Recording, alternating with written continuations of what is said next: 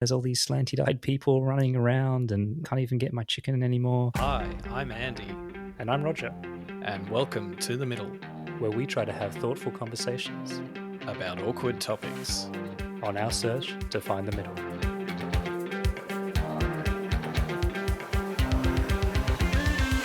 That's fatphobic. I don't build wall. I just own halfway to seawall. A few moments ago, Buckingham Palace announced the death of Her Majesty Queen Elizabeth II.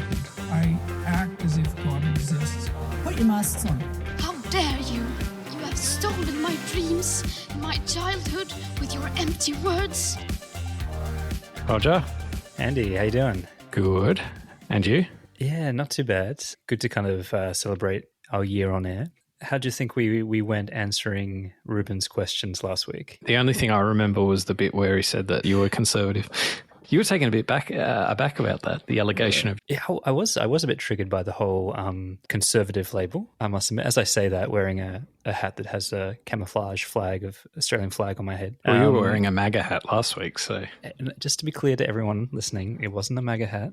It was the middle. And we're going to do a giveaway, so stay tuned.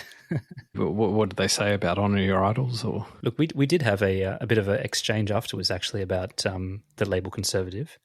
And I kind of, it doesn't fit right on me. The glove doesn't fit. And I think I'm just from a generation, I think I said to you, I'm from a generation where I think to myself, I can't be conservative because I'm down with the gays. And it's like, and to me, it's like, how can you be conservative if you're okay with gay rights? Well, if you voted yes in the in the gay marriage plebiscite, surely you must be progressive, right? Well, I've been in a gay sauna, so I've actually walked the walk. These labels of conservative, progressive, whatever, they're left, right, they're all pretty, they're not really useful labels anyway, because have you ever done one of those Vote Compass quizzes online before an election? And because I've done a few actually. Because whenever I do it, I can't, it can never capture like my true views on anything. So they'll ask you a question about, a topic, and they're looking for like the superficial Occam's razor sort of style response. But like, I'm like, no, actually, I know where you're going with this question, but I can't bring myself to answer the way you think that I should be answering because I've got this like convoluted reason why I don't agree with that position, even though I'm not like... Exactly. I refuse to play your policy bingo. And hit you with a catchphrase that instantly puts me left or right. But no, I was a little bit kind of taken back by that because I always thought that I came across quite liberal. And then you were talking, and I think it's, like maybe it's the fact that, you said that I had a bit of Roganism to me at times. And I'm like, oh man, just because I have a compound bow doesn't mean that, that doesn't mean some kind of conservative.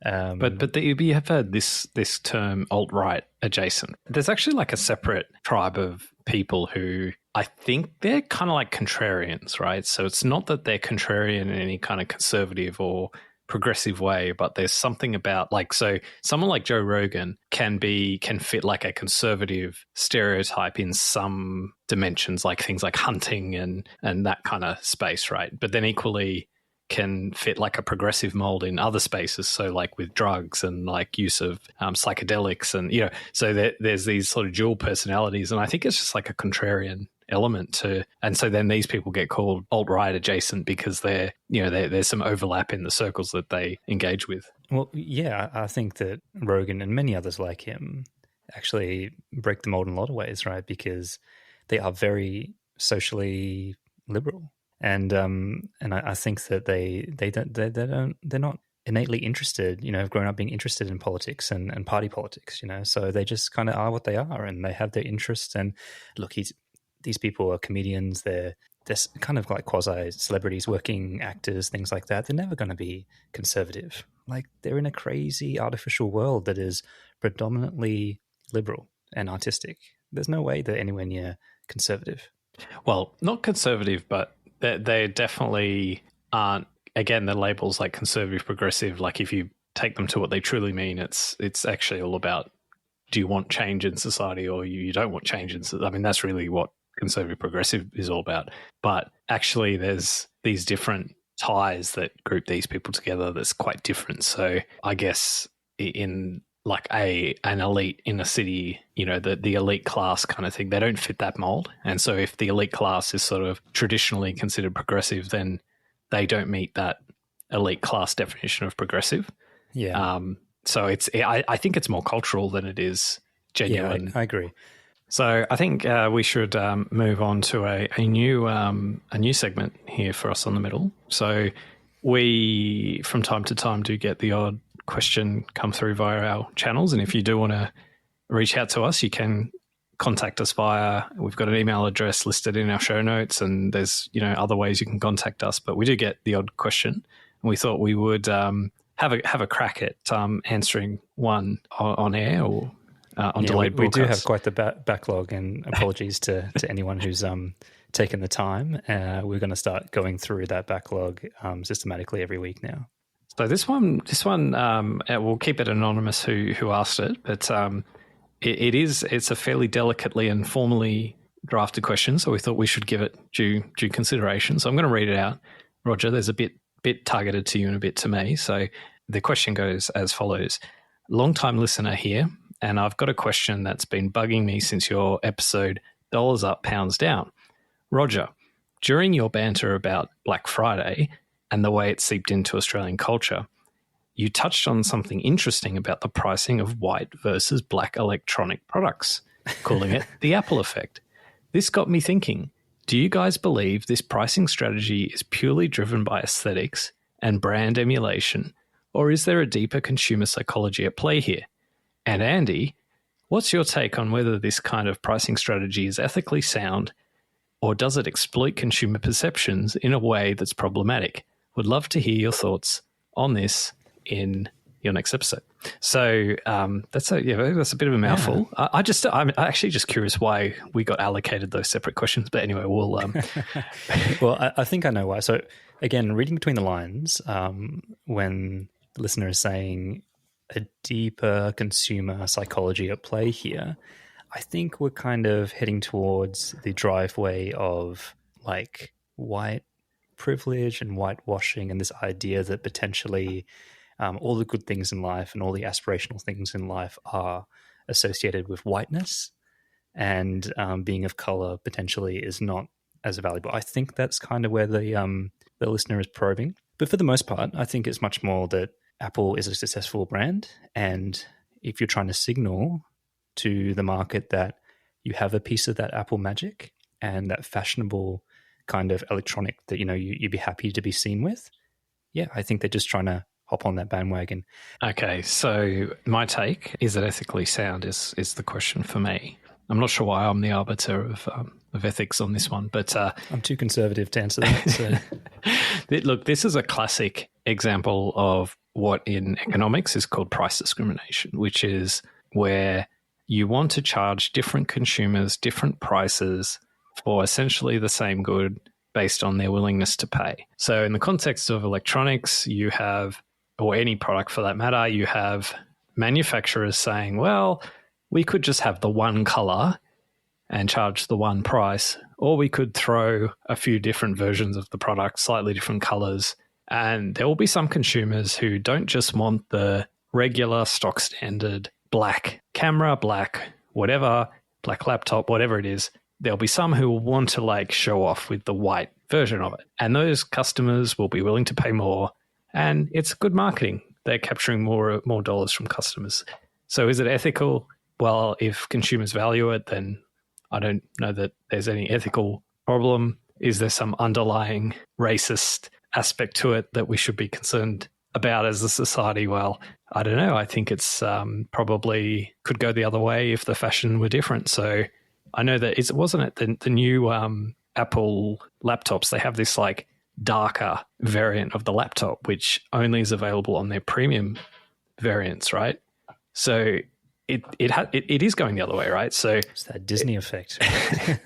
So anyway, so I don't know. I think that's trying to look for patterns that maybe don't exist. Yeah. Well, I mean, even not to bring up the whole Apple Android thing again, but even Samsung, there's essentially have moved towards more kind of white casings of their peripherals and accessories over time, right? I will just say that I have a Galaxy 23 or whatever the latest one is, the Ultra one, and green was actually the color of the fashionable color. It's this sort of this green variant. So yeah. See, I like that, and I think that there should be variations in that. But I think that the move away from just expecting that we all just don't care about the color and the way things look, I think has a lot to do with the Apple effect, and I think they deserve that credit, right? Yes, Roger. We all know how wonderful Apple is, and the chips fall where they and will. how modest you are about Apple. I'm very modest. Yeah. All right. Well, so we might do a few more of these if we keep getting them through. So if you do have a question, maybe that was a bit of a mouthful, that one. Sorry to the questioner. And I will say a lot of them are a lot shorter and more direct than that. We probably do have enough in our backlog to form a segment of Roger and Andy read mean tweets. So we may save that for an episode down the track. Yeah. But if you do have a question or you want to participate in the in the conversation, then shoot us through. And you can get our contact details, email address, all that stuff on our show notes on your app that you're using. So we should kick off today. We are discussing a topic that I'm actually quite surprised we haven't. Well, we have discussed it in some of our previous episodes in an indirect way, but I think we're going to tackle the topic of immigration more directly today. I am very surprised we haven't discussed immigration, right? And it's kind of taken up the headlines at the moment, particularly around cost of living and different things like that, and but particularly the housing situation in the context of cost of living, though, right? Well, that's right. I mean, we have had a couple of slow years because of COVID, where everyone essentially had to go home, essentially to their where they were citizens. But now it's really, really ramped up in Australia, and I think that the last figures, it was over 500,000, right, per year. So we're talking pretty serious numbers as a percentage of Australia's pretty meager population. And one of the main things is that it's all good and well to bring in people, and it's we need that. We have a skills shortage and labor shortage and all that business, but we need houses and infrastructure for them, and I think that's what's going to take up some of the conversation in the next few months, I believe. So what should we start with? Should we start with launch into then the some of those economics of immigration questions? Yeah, I think so. I think that's probably where most people lead off, right? Like, I don't think that most people, like, when people think about immigration, right, some people's mind will go to like the more refugee style status of things, and other people will think of the proper, I suppose, full kind of portfolio of all immigrants, right? Skilled labor and versus people fleeing persecution and all that kind of stuff.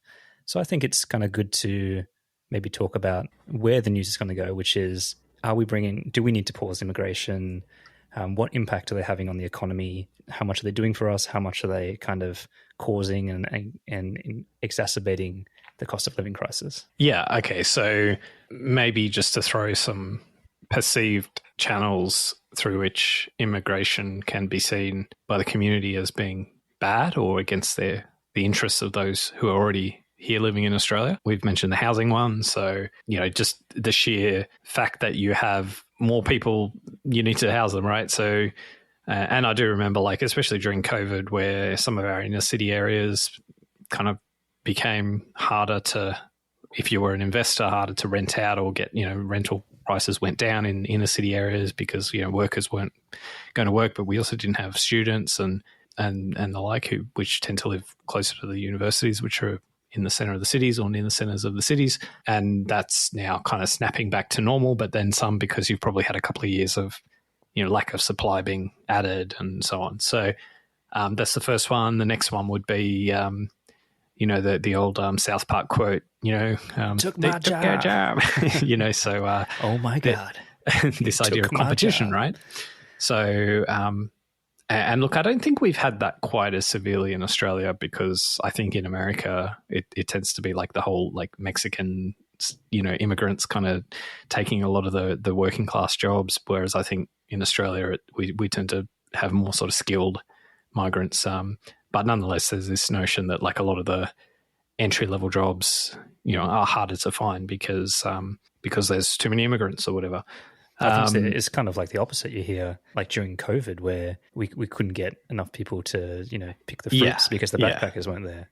Yeah, and that's been we should get to that aspect because that's sort of the more redeeming story, or that's actually the truth, right? Well, we're yet to put our cards on the table, but it probably won't be too much of a surprise that I'll have a very pro-immigrant position on today's episode. What are some of the other channels? I think there's just a general vibe of, well, there's probably two other things I'll touch on, then I'll hand over to you. But the sense of cities being busier and crowded and congestion and all those sorts of problems, making once nice, pleasant environments to live in now, overrun with people. And then the subtext, as the last point, the subtext to some of that is, our neighborhood used to be a nice white neighborhood, and we had our fish and chip shop, and now we've got all these foreigners and foreign foods, and I don't even recognize the essence of my suburb anymore. It's completely changed. It used to be good around here. Some of that kind of more racist vibe.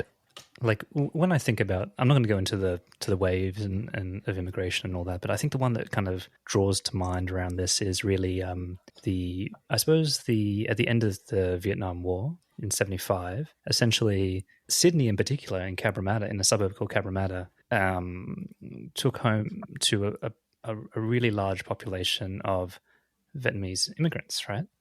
And I think that, at that time, I have these like kind of cultural memories of Pauline Hanson and all this stuff, and we're at risk of being overrun by Asians and things like that, and a lot of interviews with, like you said, with the white locals of Cabramatta saying, get out here and there's all these slanty-eyed people running around and all this kind of stuff. Can't even get my chicken anymore. And although sorry to interject, but to be fair to Pauline Hanson, I think she came a couple of decades after the I think hers was more a reaction to waves of migrants coming to Australia before the handover of Hong Kong back to China. But that would be my 97. It's locked in that kind of that memory for me, right? Yeah. And it took a while. I think that what I was getting to is that is almost like a little bit of a mini case study of what happens when a particular policy corrals a really large percentage of immigrants from one racial group into an area without much else in terms of planning and the kind of stress that was felt there. And if you watch documentaries like Once Upon a Time in Cabramatta and things like that, you get to see some of that play out, that they just weren't prepared for the influx from both sides, supporting the new population of the Vietnamese, and also how to integrate them. And you saw all sorts of problems of mass unemployment and drug and gang problems, this real kind of disconnection between the generation of Vietnamese immigrants that grew up here in Australia versus their parents. Like there were examples of, because the parents had to work and the kids went to school, they couldn't even talk because the kids learned English and the parents only spoke Vietnamese. So there's all sorts of things going on, and I think that was like a little bit of a flashpoint in how things can go wrong if you just kind of open it all up without a lot of infrastructure and planning. But I would say that the things that you spoke about, which is labor coming in and flooding the market, so taking out jobs, and obviously just like which we'll get to, I'm sure, is this idea of like multiculturalism and how that works, right? How we can have the harmony within the community, right? And when an incumbent feels threatened either by numbers or the success of an immigrant group, there's a lot of rhetoric going on with the whole Jewish thing, right? That it's almost like a testament of how tolerant a society is with how well they handle a successful minority. So I wanted to kind of bounce a few things off you that have been making the rounds in the news cycle. And one of these things is, the first one I want to start with is that Australia has, how many years is it? 26 years of continuous economic growth, or 28? Well, we had since 91 until the pandemic. So 91, so a fair chunk, close to 30 years. All right. So let's just say that kind of 3 decades of uninterrupted economic growth, and that's kind of held up as a badge of honor in terms of developed country, developed nation compared to, around the world and that world stage. But basically this article was kind of saying that, we've avoided going into recession, formally going into recession and different things like that because we have used immigration to essentially bolster the GDP growth. And what it looks like is you bring a family in, and then all of a sudden you can boost it on paper, even though perhaps the GDP hasn't gone up. And that if you looked at the per capita, so how wealthy we are as individuals, that definitely has dipped down into negative growth over time. And actually it tells a quite different story. So it's kind of, we've been using it as a bit of a fuel for GDP, so to speak. And I wanted to get your point of view on that, given your leanings. Well, first of all, I think that kind of analysis is a bit superficial. So it's almost a tautology that if you take out migrants, GDP growth won't be as strong, right? Like that's like the same as if you take out population growth. Like if you just basically say if we had the same population as we did in 1970, how much would we have grown? Every country in the world, well, most countries, not all, but their population grows, and it might be compositionally a mix of just general birth rates and existing population growth, and another component might be migration. So Australia is no different to any other country. So when we talk about that, whatever that, I can't even remember the number of years, but close to 3 decades of uninterrupted economic growth, like to somehow sort of pitch that as, the only reason was because we were cheating, as opposed to kind of, well, hang on, every other country had exactly the same suite of factors at play.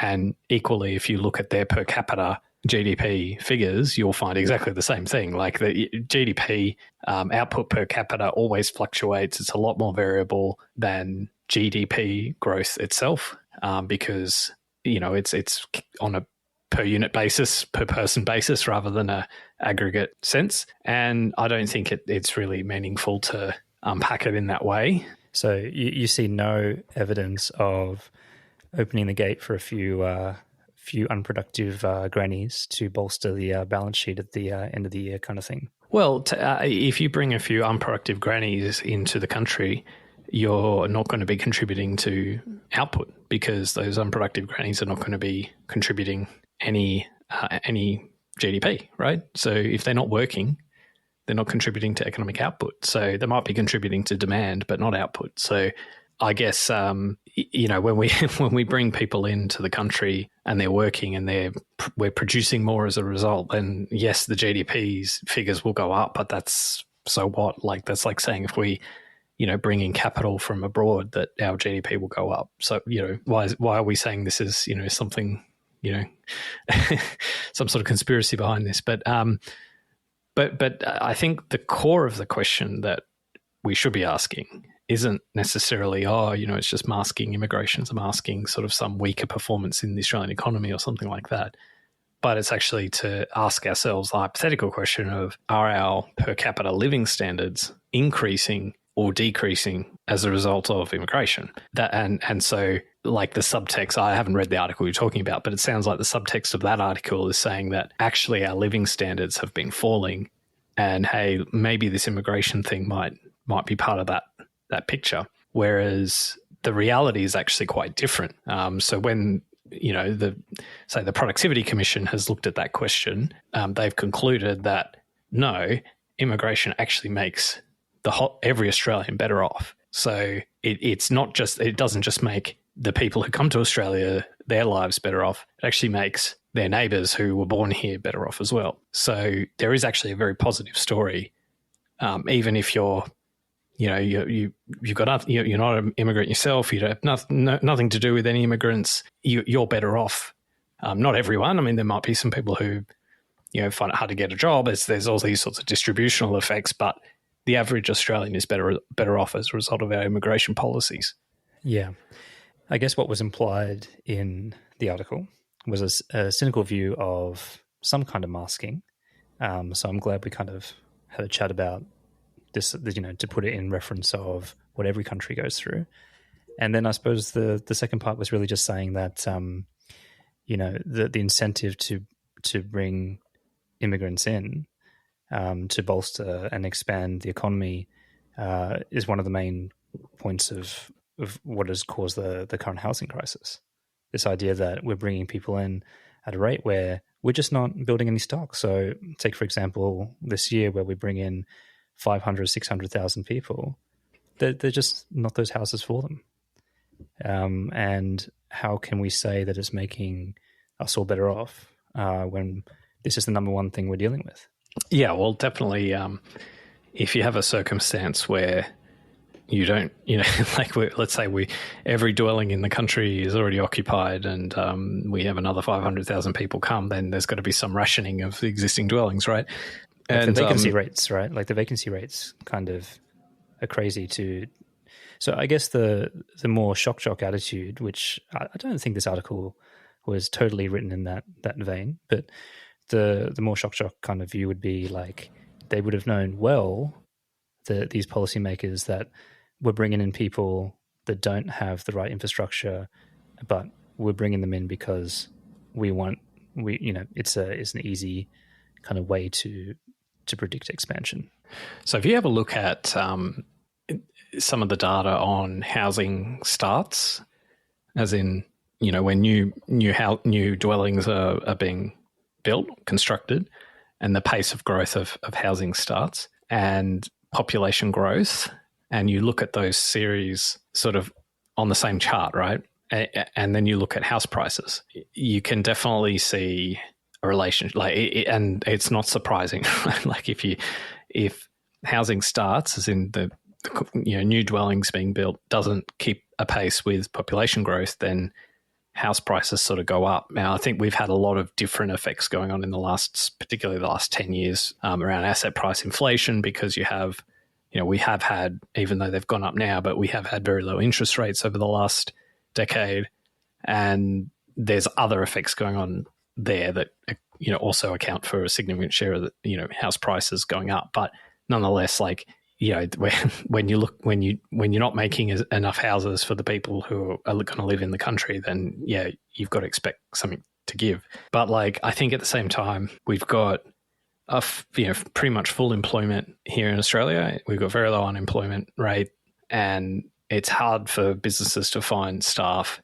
And if we do want to construct new homes, we need people to be working on building sites, and they might not all be immigrants working in construction sector, but equally, if people who would be working in construction, or that Australians who would maybe consider a career in construction are attracted to become administration clerks in a business because they pay $100,000 a year for low skilled work, then obviously construction businesses are going to struggle to find staff, and that's going to have so there's these where the time horizon, we're talking about a little bit of an unusual situation as well, like coming off the back of COVID and, students in particular re-entering the country. But we're really just getting back to where we were before the pandemic. We're not really, it's not like this new surge. We're just getting back to sort of more business as usual, and we're suffering, some transition pains associated with it. Yeah. Okay. No, I think we've kind of balanced that one out. The second part of this view that I want to bring up with you is, and not for you to answer, more for a discussion, is this idea of a big proportion of that 500,000, 600,000 immigrants a year in Australia are students, right? And this idea of international students and how that's worked over time has essentially changed the nature of universities, how they're funded, how they're finance and all this kind of business, and now we essentially are catering this essentially export in a really maladaptive way to international students, actually, and that is also causing a lot of, I suppose, volatility and weird artifacts happening in the markets. You always hear about, again, anecdotally, that there's all these zombie apartments and things, and rich foreign nationals buying up lots of real estate and it's sitting empty, and all this other business that you hear from time to time. And this article is pretty much saying the flood back of international students is also causing this, a big part of the rental crisis, which is hard to argue because it seems so axiomatic, right? Yeah, I think we're just going through a transition pain, right? Because we went from, during COVID, things being relatively cheap in inner city areas, and there were probably a lot of people who signed leases in, probably desirable locations that prior to COVID did have, a high share of international students living there, and maybe got some discounts, and they were happy with that. And then now those discounts are evaporating, and we have to remember as well, with interest rate rises, that's actually why rents are going up, partially too, because it's passed straight through. Like landlords kind of have to, they can't, take one for the team, right? They've got to pass it on. And that's sort of, there's a few of these things happening all at the same time. And I think in terms of vacancy rates and all that, I think we've just gone from a really, a renter's market to now a landlord's market. And I think that's just kind of a little bit of the process we're going through to get back to normal. It's hard to think what the new normal will be anyway, because like we like, I do think we have a housing crisis in general. So the new normal isn't, a satisfactory place. And I think we can say that, there's various other reasons why that's the case. But I do think there's a little bit of scapegoating going on here. And I think there's, and actually I'm interested in your views, because you're not necessarily in the context of housing, but you raised around universities and how, because one of the things that gets raised with this whole thing is like our universities have become these like cash cows, living off basically international students and their fees. And you mentioned as well, apartments sitting empty and all the rich Chinese students with, 3 apartments. I think a lot of that stuff's overblown as well. Like, I think there's definitely some really egregious examples, and, like university students who have like a Point Piper mansion or something funded by their billionaire Chinese parents or something. But, like for every story like that, there's like, probably 1,000 struggling Chinese, students sort of thing, living in these crazy share homes, living on the balcony of some unit in the city sort of thing. So We've 18 rice cookers about to blow the circuitry at any moment. So, the slumlords of Kent Street. But yeah, I'm interested in your take maybe. On that note, why don't they just pull the rice cooker? Why do they all need their individual rice cookers?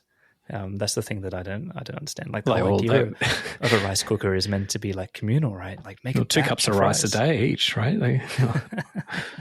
The iron rice bowl. It's a weird one, right? Like in terms of where I stand, of course, I'm like pro-immigration.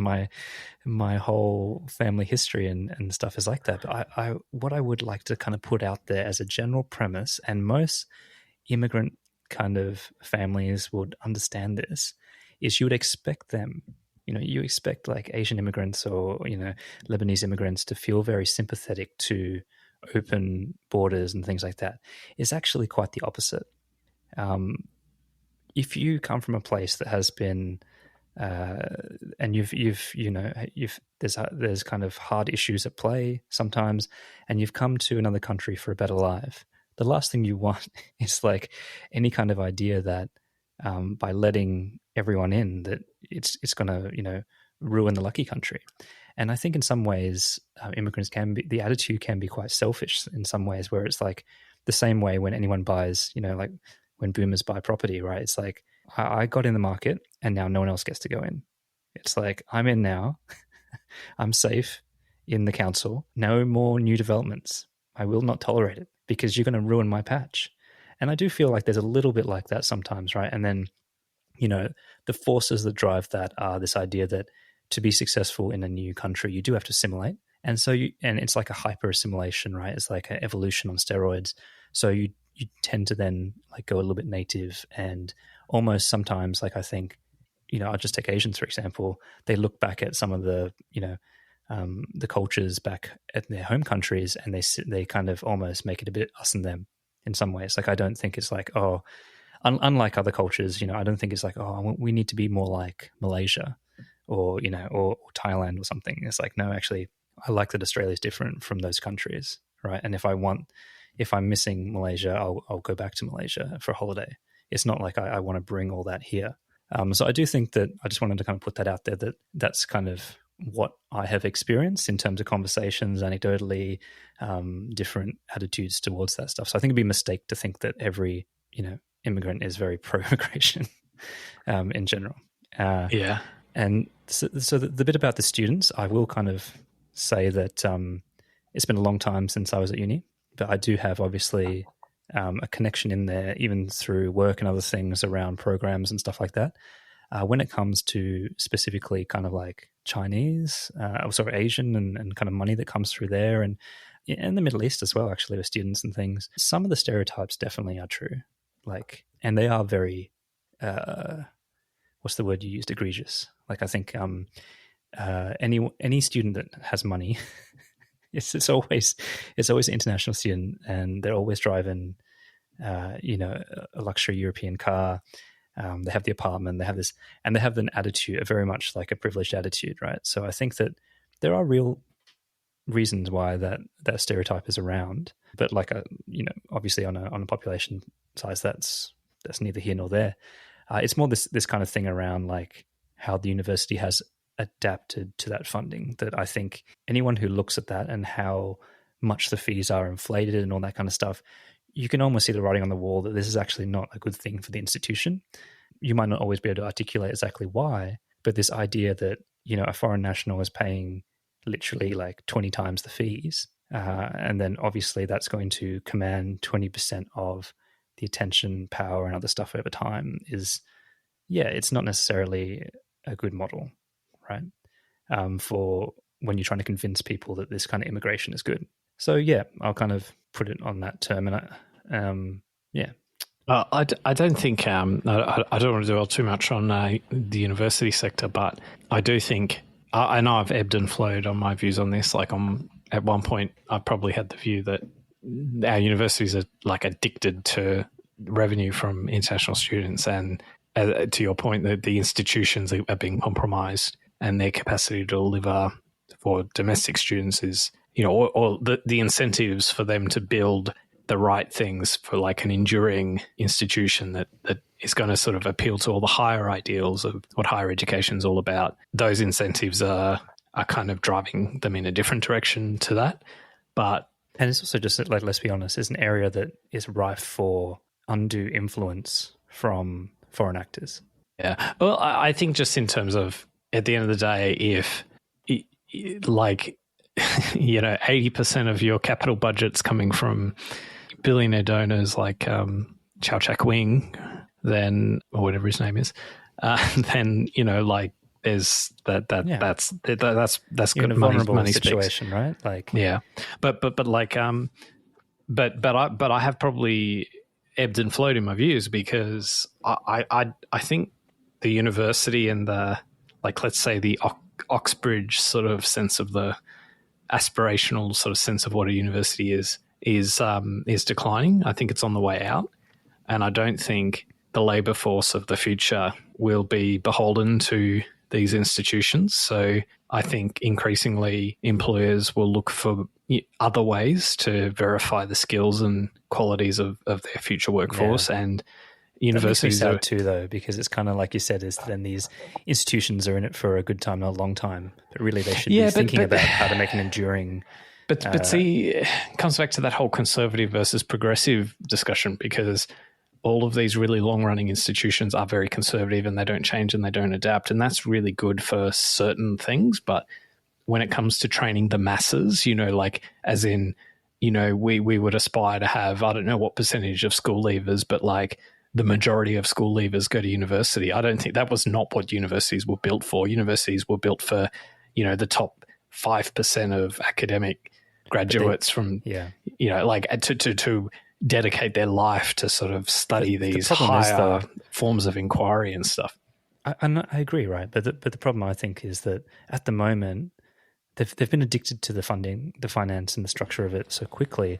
I think at the moment all the research and all the kind of innovation still does is connected at the hip to some of these university research, and if not the research, the kind of institutions that are made kind of like co-governed with them, like the the innovations that come out from medical and hearing and all these kind of stuff, CSIRO, all this kind of stuff is still very much linked in very heavily with universities.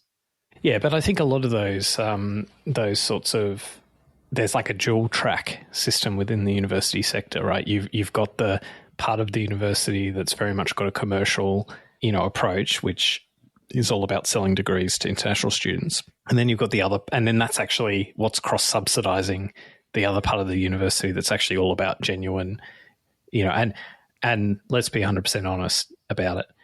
You and I both went through university where there was domestic students and then there was international students, and we studied together. But you always knew that like the expectations on you as a domestic student were quite different. And that the things you were trying to achieve in your degree were all geared to the Australian labour market, the Australian jobs market. You were trying to do things to position yourself to get a good graduate job or whatever. Whereas international students, they just wanted the piece of paper to say that they had an English degree, right? Like not a degree in English, but a degree in whatever the field was, but at in an English-speaking country with, the credibility and the signal to their, labour markets wherever they come from, that hey, they're so great that they've studied in an English-speaking institution in Australia, right? And we were probably like the third choice, right, for a lot of these students, who would have preferred to study in the UK or America or wherever. I agree. I don't want to dwell on this too long because I think it's a little bit unfair. Right. Well, but I would say that the international students that I know, they're very much exchange student party vibes. Let's leave it at that. All right. Well, let's get back on track in terms of immigration.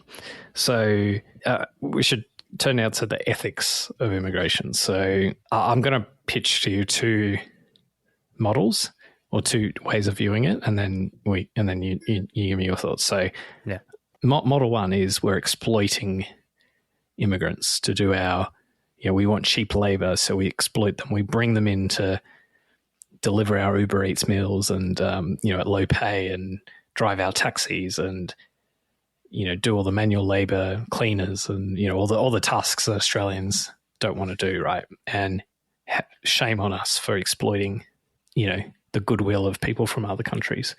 And by the way, at the same time, taking jobs away from vulnerable Australians who can't get other jobs and that need those jobs, and we're displacing. So it's like, also we can get cheaper goods and services. Aren't we greedy and selfish, right? So that's one view, one model. The second model is, damn, we should have way more immigration than what we've currently got, because Australia is a high income country. We've got high living standards. The very best thing the Australian government could do to improve the living standards of people abroad, and we talk about foreign aid and all that stuff, is just to let more bloody people come into the country, because we're a safe country. We've got a nice natural environment. We've got lots of space. Look how big this continent is. And it's actually the great shame to our country that we don't let more people in who come from all manner of, when we've talked about, conflicts in Ukraine and Israel, Palestine, and just think, God, we should let more of those people in those horrendous conditions come and live here. So is it one of those two, or is it somewhere in the middle? Look, I think that Australia is a big place, and even though I think that we do take quite a lot of immigrants per capita, I suppose, and as a proportion of our population, I think we could afford to increase that more. Now, I tend to kind of balance a few things. So yes, Australia, the landmass is massive, but I would say that our infrastructure and our densities, except around the very, very edges in our capital cities, is pretty sparse, right? And that can be seen as two things. It can be seen as an opportunity. There's also a hell of a lot of capital is needed to develop that infrastructure from a relatively low tax base and a bunch of other things, right? Especially with our housing. We just talked about that, right? Where we definitely haven't kept stock with what we have needed to accept more and more immigrants. I also do think that values is something that we do have to keep in mind as well. And I think that has changed over time. And we have strict kind of immigration rules around that as well in terms of the screening. Now, when you take, like, if we're talking about taking like refugees and people like that, and from war-torn countries and stuff like that, it has its own risk to the community, and that does need to be balanced, right? Like, I think that you can't turn a blind eye to this idea of letting in outside influences without a bit of a plan on how to perform that integration, right? It has to be done with both eyes open, in my mind, right? Like, and I think that I go back to a less extreme, ideological example of that in terms of Cabramatta. Like, I think that was very, like, the planning around that was terrible and had a huge kind of generational impact that had to kind of sweat out. And I don't think anyone looking at that would say it was the best approach. But then again, what's the best approach to a refugee on an individual level? It doesn't really matter to them, right? Because they are fleeing oppression, and it's almost like, what's waiting for them is not a life. So I do kind of get your point around the two ends of this, but I kind of look at it as, if you want to keep Australia culture as it is, which I think everyone kind of does, you do have to do it in the right way, and you do have to do it in a calculated way, and not just kind of open the doors and hope for the best, which is in some ways what we've been doing here and there. I feel, Roger, given your conservative bent, that you should deliver me a John Howard quote. Sorry, I'm going to let you down. Oh, well, the Australians will decide who comes to this country and the circumstances for which they come. I like the one he used actually for the Voice interview, where I think he was quoting Bob Hawke, where he was saying, like, the only thing you need to be an Australian is a commitment to Australia. And I think that is, and maybe it's a commitment to the Australian dream or whatever it was, which I think is rapidly changing, mainly around housing. But that is true in some ways, right? Like, it doesn't matter who you are, but you have to be committed to the ideals of Australia. That doesn't sit well, obviously, for our First Nations people and other things like that. But I guess what it means in a general way is that you're committed to, democratic, modern democratic kind of ideals, right? Or we call liberal democratic values, right? And I think that is still relevant. This is the compact with the Australian people, right? That we will manage, like, okay, so we want to have, and this often gets framed in the debate of, do you believe in a big Australia or not? And I think the tension here is that I think most in the political class do want a big Australia, or at least a bigger Australia, right? Because we do need a bigger Australia. And you mentioned infrastructure, but part of the reason we don't have, let's say, as good infrastructure as, say, in Europe is because we're nowhere near as populated as Europe. So, but we actually do have, like, I mean, you were talking about the level of infrastructure we've got, but actually we do have pretty good infrastructure. I mean, I was driving from Sydney up to the North Coast, and it's just incredible that you've got these amazing, like, dual carriageway highways, and they're empty. Like, I mean, there are cars and trucks and all that, but, like, they're beautiful roads, like, not aesthetically, but to drive on. That's a nice shrub.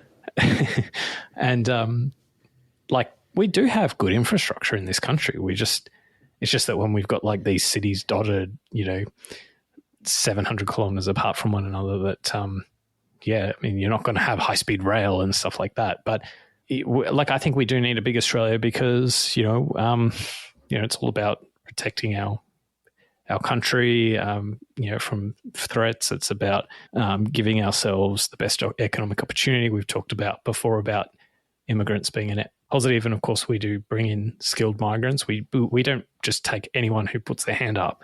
We pick and choose I mean, this is a really great privilege to be able to have a country that people want to come and live in, and not just people for high living standards, but people for jobs. Like, they want to come and work here, and we can pick and choose from, like, I mean, I don't want to say cream of the crop in some sense that, like, someone with an accounting degree is somehow a superior person to someone without one, but, like, we can choose people who we think are going to make a productive contribution to the economy and make the rest of us better off. So, I think there is a consensus around having as much immigration as we can have, but of course we need to manage it, and we need to do it in a way that doesn't push the limits of the Australian people. And that's what our immigration policies have been all about in the last 30, 40 years. Like, it's this compact, we'll do it gradually. We'll do it in a controlled manner. And, the John Howard quote, all of that, like, we support immigration, but we just want to make sure it fits and aligns with our own interests and the interests of the people already here.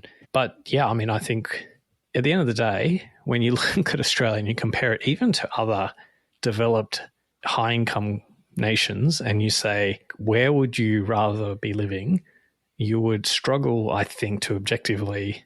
There would probably only be a handful of countries that would be equivalent or better or within the same sphere as Australia, like taking into account both our livelihoods, our safety, our security, the environment, space, weather, even weather, and the fact that we've got beaches, like all those kind of factors, natural environment. So we're really lucky. And I think it would be disappointing if we didn't want to share it with other people.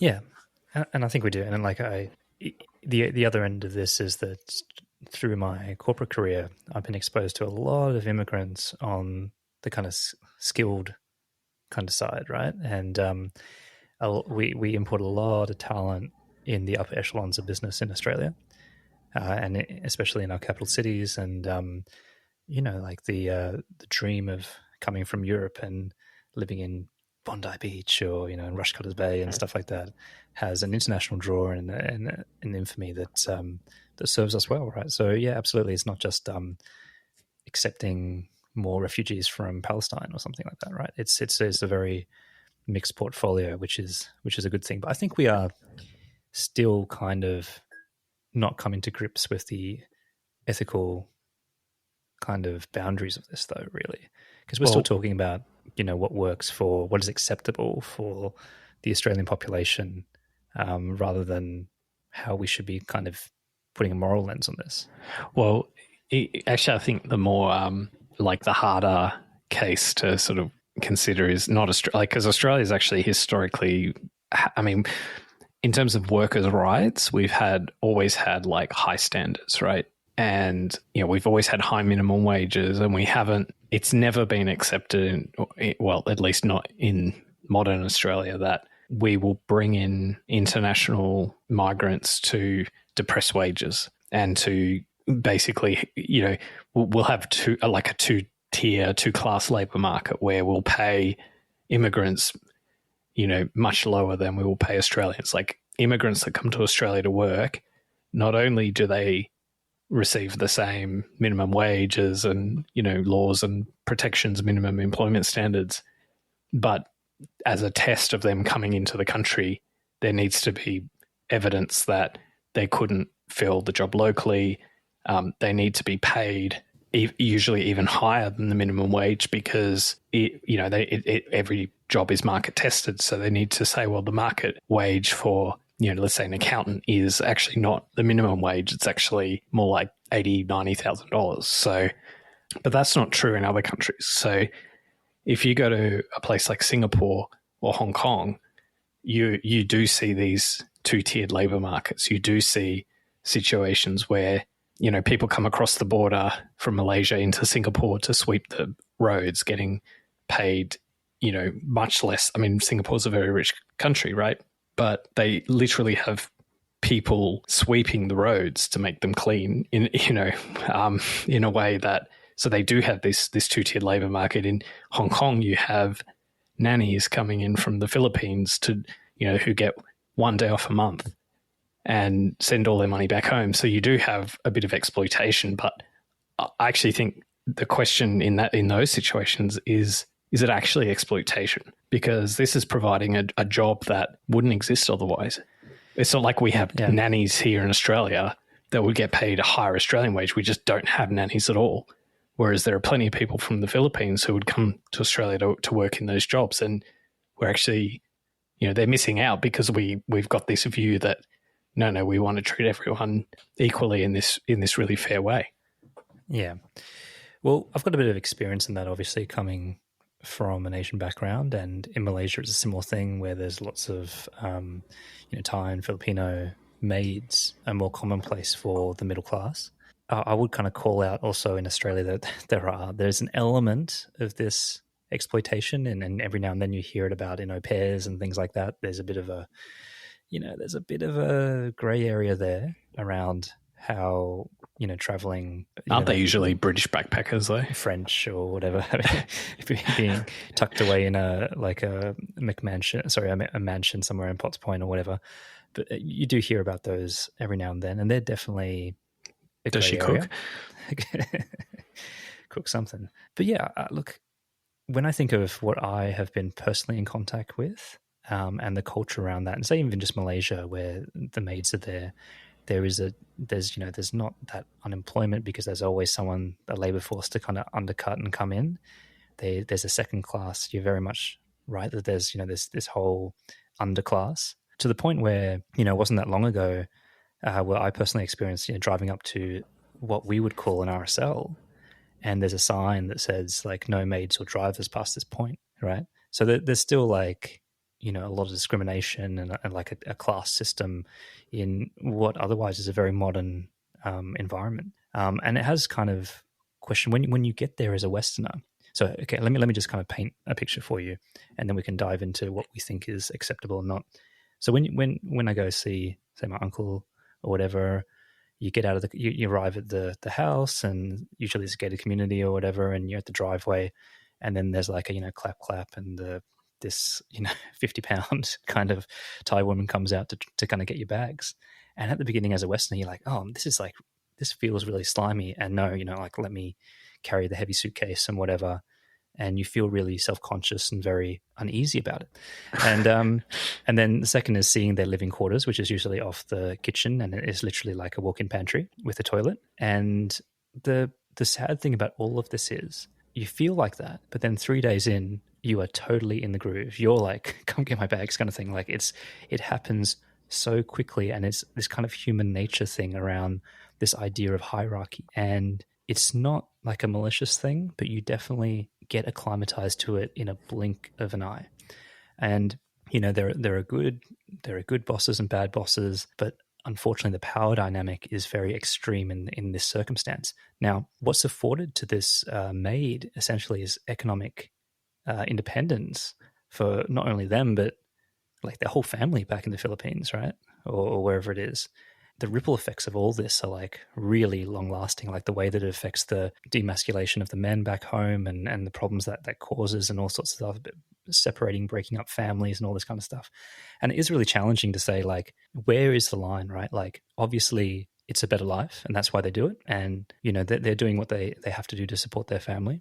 But when does it kind of click over to actually the exploitation or the nature of the work is too extreme? Like I think that's really hard. We're talking about OnlyFans, right? Well, I'm going there, right? Like, so maid, yes. But what about imported? Like when you look at the sex industry and massive droves of them are essentially immigrants. It's an interesting point you raise around like almost as a status thing, right? Where there's like, so in other settings, other contexts, we talk about like, oh, it's good that, Bangladeshi workers get to work in garment factories because that reflects investment going from countries that used to have garment factories into a less rich country like Bangladesh, and that even though the conditions look horrible and really bad, that it's actually a good thing for those people because they have jobs. We got the contract. It's a better, so it's bad by Australian standards, but it's actually much better for those people. And, there's that kind of, that whole thing of like, no, it's good. Like free trade is like great. It's, it looks bad to us, but hey, like, the alternative is, I don't know, going into garbage tips and trying to find salvage, waste that might be reusable or something, so it's a step up. They're referred to as artisan miners, by the way. But, I think in the context that we're talking here, where it's like, hey, come to another country and then, play this role, like putting to one side, like some of the murky situations about like passports being taken off them and, where they can be oppressed. But let's just forget that and just assume it's all like above board and voluntary and mutually beneficial. But even just those power dynamics and that it's, it's status destroying for someone to kind of like have someone be their master or, like it's got this like connotations of like slavery, In fact, modern slavery is the term that gets used in supply chains, but it's almost the same thing in a domestic sense. So, and that's where I think it gets a little bit uncomfortable. But yeah, it would be nice that if we could just be a little bit more respectful, and and then if you could maintain that mode of employment, but in a really respectful way, and where it's like, no, you're treat the other person as an equal, but just albeit that they're working for you. It permeates everything though. Like, and I know, like, you've probably seen it as a Westerner when you visit other countries about the way that they treat, say, like hospitality staff or pretty much anyone that they're paying, right? I tell you who's the worst: South Africans. If you see a South African in the way they talk to service staff, because they're used to having domestic helpers, is just... I wouldn't draw that link. Just, it wouldn't be that link wouldn't be the first place I go to, but I think that it doesn't help.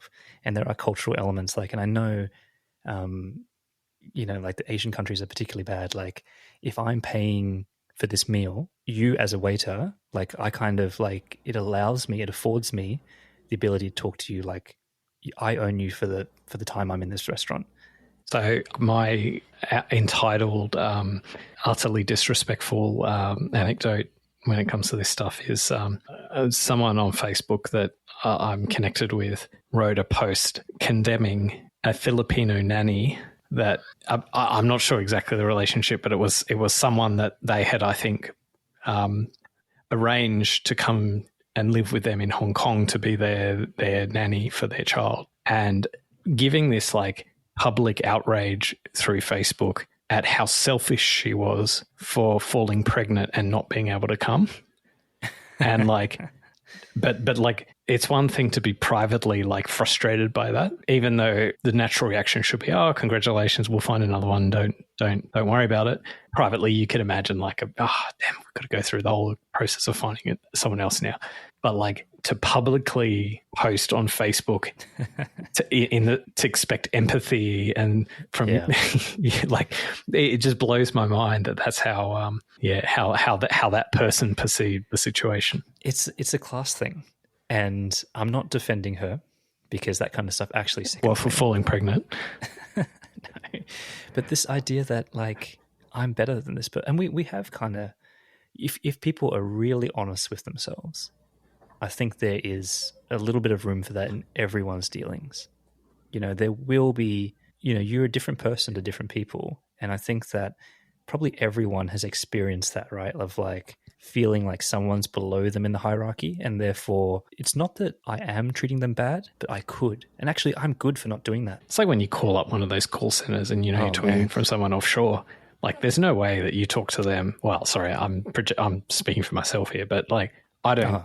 I've got a different mindset when I'm talking to them versus like you're in a shop talking to like the sweet old lady at Bunnings or whatever. There's a little bit of dehumanizing that goes into all call center interactions, let me tell you. But everyone, I think everyone's experienced that. Like, and for some people, it's just a different role, right? Like some people I know, like for them, it's the Uber driver, or for us, maybe it's the call center person. No, you got to talk to the Uber driver if you want a 4.889 rating like me. You've got to be nice to the Uber driver. Okay, maybe the taxi driver. How about that?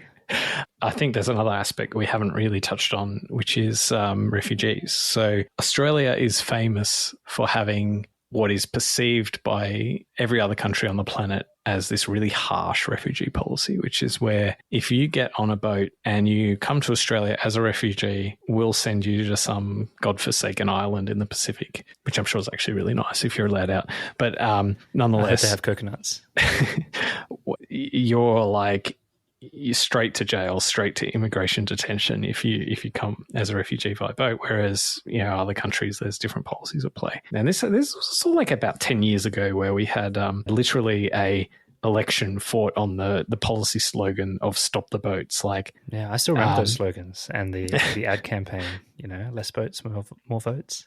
It seems this really brutal thing. Like, how could you do that to someone who is so desperate that they're going to get on a boat and come to Australia? But I don't know about you, but I'm a little bit sympathetic to the harsh border control policy that we have, in that it's all about stemming like really bad incentives and actually protecting lives, in that we don't want to be encouraging people to get on like boats that where they have a not insignificant chance of drowning. Plus, we can take refugees that come by plane, and like that's actually how we should be receiving our refugees. There's no reason, should be no reason for anyone to get on the on a boat to come to this country as a refugee. And noting that you can't get a refugee from the Gaza Strip, put it that way, to Australia. So they've usually escaped wherever the harm was and they've gone to Indonesia or somewhere like that. But yeah, I mean, but then equally, like on a humanitarian, or like we've spoken about the benefits of like having more people in this country, like to me, like we should be like quadrupling our refugee intake. Like you can imagine this compact of like,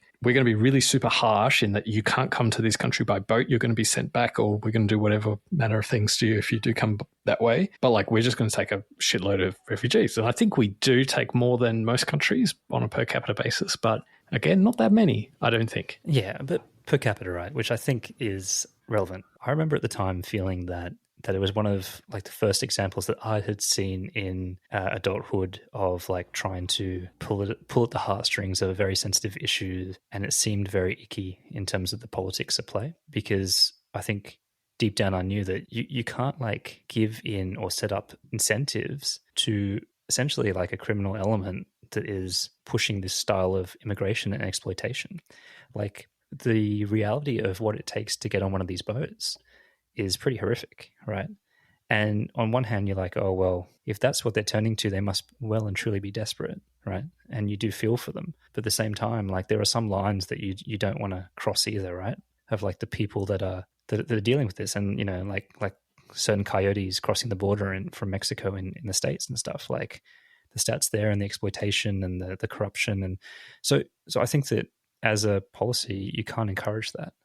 And so I do kind of have this general view that you have to kind of be cruel to be kind in some ways in that thing. And it's like you can take all the high-ended morals, you know, high-stated, highfalutin morals that you want around this issue, but like many things in this world, it's just like a power dynamic. You know, if you give an inch, they will take a mile. You're dealing with a party that does not care about your morals and does not care about any of your rules or your rules of engagement. So you can't actually kind of come at it with this armchair philosophy around ethics. You just have to treat it like you're down and dirty. Cruel to be kind, spoken like a true conservative. You said the same thing. If you do philosophize this issue, I'm confident that if you're genuinely looking at all the relevant factors, it's a no-brainer to support this approach, because the benefit of having refugees come to Australia is that you have people in need come to Australia and live in Australia. And whether you have a person in Australia that's come by plane or a person who's come to Australia by boat, that's immaterial. What's material is that you have a person in Australia. And if you've got like this budget constraint, as we do, because we do have like a fixed number of people that we take in, and a boat comes and then, you know, let's say 50 people or how many people on the boat displace then the people who can come from elsewhere, then you're not really helping any additional people by having a relaxed boat policy. But what you are doing is you're creating some incentives where some proportion of the people who will attempt will drown, and they know that happens because there's evidence of it, right? And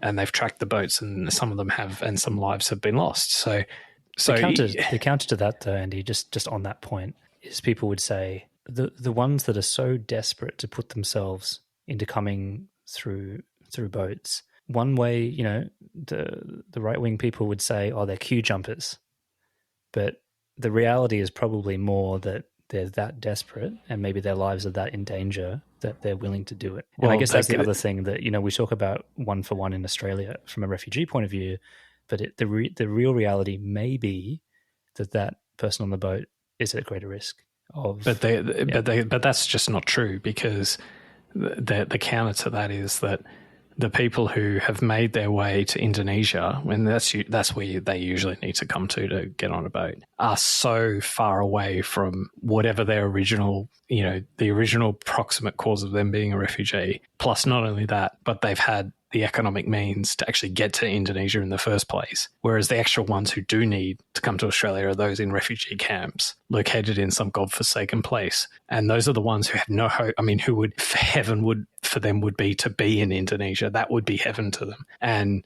that actually, if we don't take people who have come by boat, we can actually choose the ones who are most in need.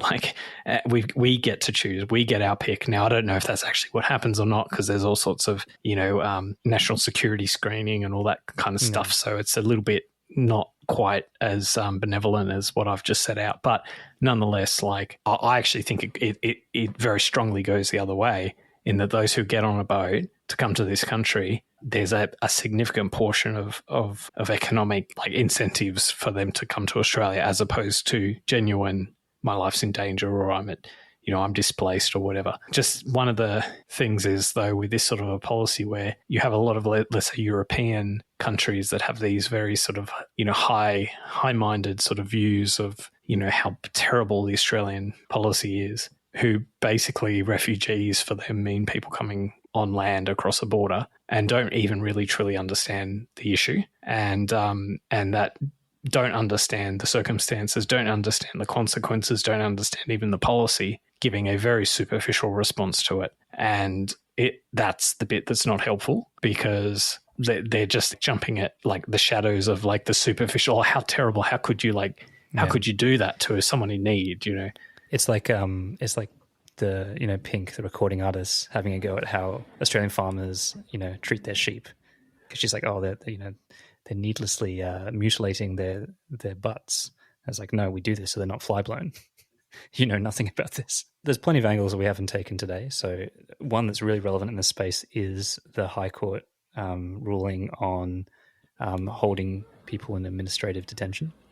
That has caused a bit of a scramble around the Parliament now to come up with some laws to deal with this idea of, I think there's a couple hundred people that need to be released, and a lot of them have criminal records and all sorts of things, and what they're going to do now that they essentially cannot hold them in detention anymore. That issue is really quite tough, because you're just stuck between a rock and a hard place. Well, the countries don't want them, right? The home countries are not taking them. There's zero chance of that happening, yet they are unsuitable in terms of they pose a risk to the community, a portion of them, and they're talking about like ankle bracelets and all sorts of weird shit now. But can we send them to Nauru? Well, I mean, this is the problem. Like, you've got administrative detention, bureaucratic detention, and then anything else that needs to be charged has to be done by a judge. All right. So the final thing I'll say on this is that the notion that you have someone in like immigration detention indefinitely, I'm not comfortable with. B, if you've got police and other authorities saying, it's too hard to like try them for a crime through the courts here in Australia, so we'll just get them into immigration detention, then that's not good practice, and that should never have been happening if it was. And thirdly, notwithstanding that other countries aren't fulfilling probably their obligations to meet moral standards of, like if they come from another country, they should go back to that country. But if they're stateless and in Australia, then I guess you have to, you have to, what choice do we have? I don't think we can live with ourselves if we keep them in detention forever. Although I know that there's like some pretty bad, like there's rapists and other kind of horrible things, pedophiles and stuff like that. So it's, it's not black and white. It's definitely not black and white, but let's be honest, it's mainly not white. So yeah, I'm sure there's plenty of New Zealanders in that list. Julian Assange. What he wouldn't kill for a giant ankle bracelet right about now.